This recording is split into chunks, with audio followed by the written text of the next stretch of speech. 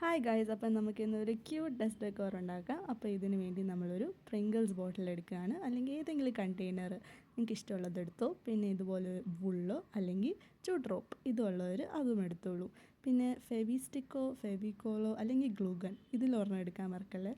ഇനി നമ്മൾ എന്താ ചെയ്യേണ്ടതെന്ന് വെച്ചാൽ ഇതുപോലെ പ്രിങ്കിൾസ് ബോട്ടിലിന് ചുറ്റും ഗ്ലൂ തേച്ചിട്ട് ഈ റോപ്പ് അങ്ങ് ചുറ്റിക്കൊടുക്കുക.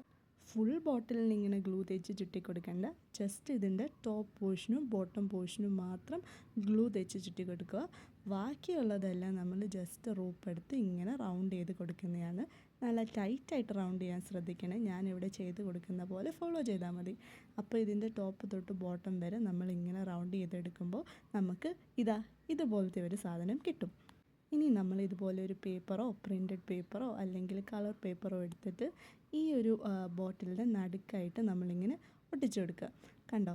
പക്ഷേ എന്തോ ഒരു കുറവുണ്ട്.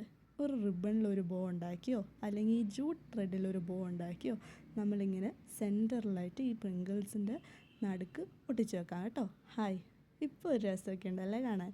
അപ്പോൾ ഇത് നിങ്ങൾക്ക് നിങ്ങളുടെ ടേബിളിൽ പെൻസൊക്കെ സ്റ്റോർ ചെയ്യാനോ അല്ലെങ്കിൽ ഒരു വാസായിട്ട് ഉപയോഗിക്കാം. അപ്പോൾ thank you. Like and subscribe മറക്കണ്ട.